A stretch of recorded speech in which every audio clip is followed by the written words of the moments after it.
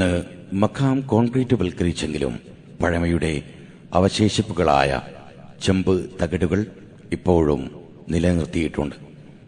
മഖാമിനു ചുറ്റുമുള്ള കൊടുംവനങ്ങളിൽ നിന്ന് നൂറുകണക്കിന് റാത്തലുകളാണ് തേനുകൾ ശേഖരിച്ചിരുന്നത്. അമൂല്യമായ ഔഷധ സസ്യങ്ങളും വന്യജീവികളും നിറഞ്ഞ ഈ പ്രദേശത്തിലൂടെ സഞ്ചരിക്കാൻ തന്നെ ആളുകൾ ഭയന്നിരുന്നു. ആദ്യകാലത്ത് ഉറൂസിന് സംബന്ധിക്കാനെത്തുന്ന വിശ്വാസികൾക്ക് ഇവിടുത്തെ വനങ്ങളിൽ നിന്ന് വേട്ടയാടി പിടിച്ച വന്യജീവികളുടെ ഇറച്ചിയായിരുന്നു നൽകിയിരുന്നത്. മലമാനാണ് ഇതിൽ മുഖ്യം. ചപ്പാരപ്പടവ് ആലക്കാട് ഭാഗത്തേക്ക് നീളുന്ന വന്യമൃഗ നായാട്ട് അത്യന്തം സാഹസികമായിരുന്നു. വേട്ടയാടിയ മലമാനുകളെ അറുത്ത് പാകം ചെയ്യാനായി പ്രത്യേകമായൊരു വയൽ തന്നെയുണ്ടായിരുന്നു. അതാണ് മലാൻ വയൽ. വന്യജീവി വേട്ട സർക്കാർ നിയമം മൂലം നിരോധിക്കുകയും വനങ്ങൾ അന്യമാകുകയും ചെയ്തതോടെ ഇറച്ചി കാണിക്കയായി നൽകുന്നത് നുറുക്കപ്പത്തിലേക്കും അവയിലേക്കും മാറ്റപ്പെട്ടു. ആദ്യകാലത്ത് ഉറൂസിൽ ചന്ത നടത്തിയിരുന്നത് പള്ളിമുറ്റത്തായിരുന്നു. അറക്കൽ രാജവംശത്തിൽ നിന്ന് പോലും പ്രതിനിധികൾ ഉറൂസിൽ സംബന്ധിച്ചിരുന്നു. കുപ്പംപുഴയിൽ തിരുവട്ടൂർ ഭാഗത്തേക്ക് 10ഓളം ബോട്ടുകളുണ്ടായിരുന്നു. പന്തിയം കണ്ടി അഹമ്മദ്, ഹനഫി മുഹമ്മദ്, NS കമ്പനി തുടങ്ങിയവരായിരുന്നു ആ കാലത്തെ ബോട്ടുടമകൾ. നിരവധി ബോട്ടു ദുരന്തങ്ങൾക്കും കുപ്പംപുഴ സാക്ഷ്യം വഹിച്ചിട്ടുണ്ട്. പുറം ലോകവുമായി ബന്ധപ്പെടാനുള്ള ഏക കണ്ണിയായ കുപ്പംപുഴയിൽ അന്ന് അളവറ്റ മത്സ്യസമ്പത്തും ഉണ്ടായിരുന്നു. ഇരുമീൻ, ഏരി, ഏട്ട, പിലോപ്പി, പുഴനങ്ക്, കക്കുറുമൻ, കറ്റ്ല, കച്ചായി, ചെമ്പല്ലി, കല്ലുമ്മക്കായ, ഓരിക്ക തുടങ്ങിയവ നിറഞ്ഞു നിന്നിരുന്ന പുഴയാണ് കുപ്പംപുഴ.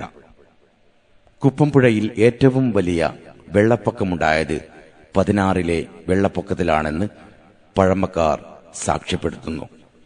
സുഗന്ധ വ്യഞ്ജനങ്ങളും നാടൻ വിളകളും മുഖ്യമായും പുഴമാർഗമായിരുന്നു തീരദേശത്ത് എത്തിച്ചിരുന്നത്. 1984 തിരുവട്ടൂരിലേക്ക് ആദ്യമായി ബസ് റൂട്ട് അനുവദിക്കുന്നത്. പ്രശാന്തി ബസ്സായിരുന്നു ആദ്യത്തെ ബസ്. ബീന, ബിന്ദു, കാവ്യ, സജ്ജന അങ്ങനെ പോകുന്നു പിന്നീട് വന്ന ബസ്സുകളുടെ പേരുകൾ. റോഡ് നന്നാക്കാൻ പ്രസ്തുത ബസ്സുകളിൽ തന്നെയായിരുന്നു കല്ലുകൾ കയറ്റിയിരുന്നത്.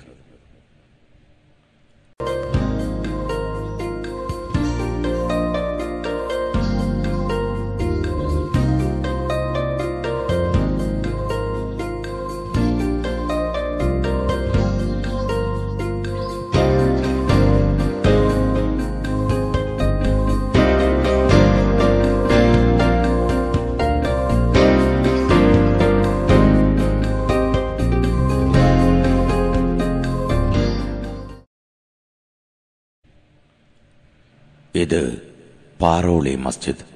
ആദ്യകാലത്ത് ഈ മസ്ജിദ് നിലനിൽക്കുന്ന സ്ഥലത്തിന് ധർമ്മവളപ്പ് എന്നായിരുന്നു പേര്. സ്ഥലമുടമകൾ ഈ സ്ഥലത്തിന്റെ വരുമാനം വഴിയാത്രക്കാർക്കും അനാഥർക്കും ഭക്ഷണ വിശ്രമാവശ്യങ്ങൾക്കായി മാറ്റിവച്ചിരുന്നു. പിന്നീട് ഈ സ്ഥലം പള്ളിക്കു വേണ്ടി വഖഫ് ചെയ്തു. മൗലായ സല്ലി വസല്ലിം ദായിമൻ അബദൻ അലാ ഹബീബിക ഖൈറുൽ ഖൽഖി കുല്ലിഹിം. മൗലായ സല്ലി വസല്ലിം ദായിമൻ. പള്ളിക്കു സമീപത്തായി സ്ഥിതി ചെയ്യുന്ന കളിസ്ഥലവും അതിനടുത്തായി സ്ഥിതി ചെയ്യുന്ന ആയുർവേദിക് ഡിസ്പെൻസറിയുമാണ് പിന്നെയുള്ളത്. സമീപ പ്രദേശത്തുള്ളവരുടെ ചികിത്സാ കേന്ദ്രമാണ് ഇത്. 1970കളിൽ ഒരു വാടക കെട്ടിടത്തിലായിരുന്നു ഡിസ്പെൻസറിയുടെ പ്രവർത്തനം ആരംഭിച്ചത്. അന്നത്തെ ജില്ലാ കളക്ടർ ശ്രീനിവാസനായിരുന്നു പ്രസ്തുത ആശുപത്രി ഉദ്ഘാടനം ചെയ്തത്. ഗോവിന്ദൻ ഡോക്ടറായിരുന്നു മുഖ്യ വിശ്വഗ്വരൻ.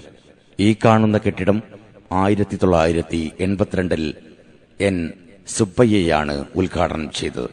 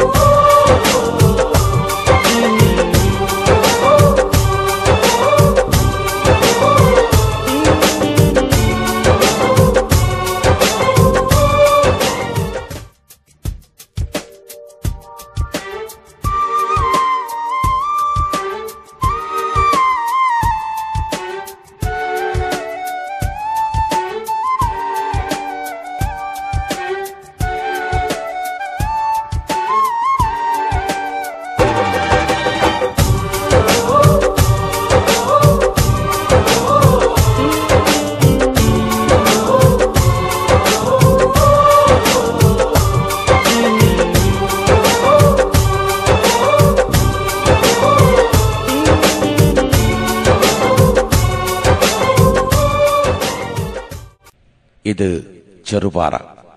മുളങ്കുറ്റികളും പാറക്കൂട്ടങ്ങളും നിറഞ്ഞ ഈ പ്രദേശം ഇന്ന് കാണുന്ന രീതിയിലാക്കിയതിന് പിന്നിൽ പഴമക്കാരുടെ പങ്ക് കുറച്ചൊന്നുമല്ല.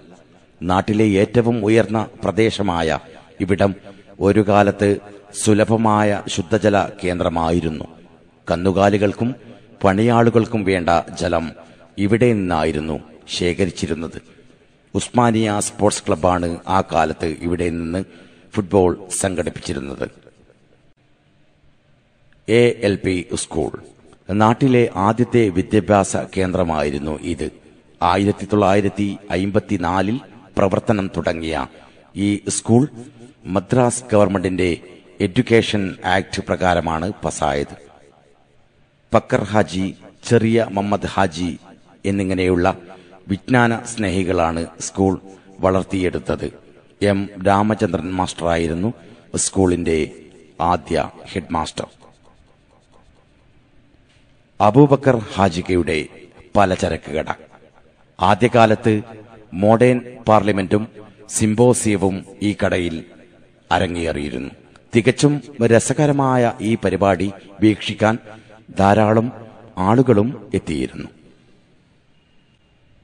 ഇത് ഹുജ്റ, മലബാറിലെ ആദ്യകാല ദഫ് കേന്ദ്രങ്ങളിൽ ഒന്നാണിത്. ഹുജ്റത്തുൽ റിഫായിയ. ഹുജ്റ എന്നാൽ മുറി എന്നർത്ഥം. റിഫായിയ റാത്തീബിന്റെ പുണ്യത്തോടെ വർഷം തോറും ഇവിടെ ദഫ്മുട്ടും നേർച്ചയും കൊണ്ടാടുന്നുണ്ട്. മർഹൂം കുഞ്ഞിപ്പക്കർ ഹാജിക്കയുടെ നേതൃത്വത്തിൽ ഹാജി മുഹമ്മദ് എന്നവരായിരുന്നു ആദ്യമായി ഇവിടെ ദഫ് പഠിപ്പിച്ചത്. ഹുജ്റയുടെ മുഖ്യ കാർമ്മികത്വം വഹിക്കുന്നയാൾക്ക് ഖൽഫ എന്നാണ് സ്ഥാനപ്പേര്. ഇപ്പോഴത്തെ ഖൽഫ TK മുഹമ്മദ് കുഞ്ഞി ഉസ്താദാണ്. കളരിപ്പറമ്പ്. മണ്ണിൽ കുഴിയുണ്ടാക്കി കളരി പഠിച്ചിരുന്ന സ്ഥലമാണിത്. സാബൂട്ടി ഗുരുക്കളായിരുന്നു ആദ്യമായി ഇവിടെ കളരി പഠിപ്പിച്ചിരുന്നത്. ഇവിടെയുള്ള സ്ഥലനാമങ്ങൾ പോലും ഏറെ കൗതുകകരമാണ്. പടിയിലെ വളപ്പ്, കക്കടത്ത് വളപ്പ്, വാഴവളപ്പ്, പുണ്ണാക്കൻ വളപ്പ്, വാരിവളപ്പ്, അങ്ങനെ പോകുന്നു ആ നിര. ഇത് ലീഗ് സൗധം. ഹരിതരാഷ്ട്രീയത്തിന്റെ പച്ചപ്പ് ഈ നാട്ടിലെങ്ങും ദർശിക്കാം. ഒരു ജനതയുടെ സ്വപ്ന സാക്ഷാത്കാരമാണ് ഈ ലീഗ് സൗധം. നിർമ്മാണ പൂർത്തീകരണത്തിന്റെ അവസാന മിനുക്കുപണിയിലാണിപ്പോൾ ലീഗ് സൗധം. ഇത് ചെറിയ പള്ളി. പുനർനിർമ്മാണത്തിനു ശേഷം പൂർണ്ണമായും കോൺക്രീറ്റ് വൽക്കരണം നടന്നിരിക്കുന്നു. മൗലായ സല്ലി വസല്ലിം ദായിമൻ അബദൻ അലാ ഹബീബിക ഖൈറുൽ ഖൽഖി കുല്ലിഹിം. മൗലായ സല്ലി വസല്ലിം ദായിമൻ അബദൻ അലാ.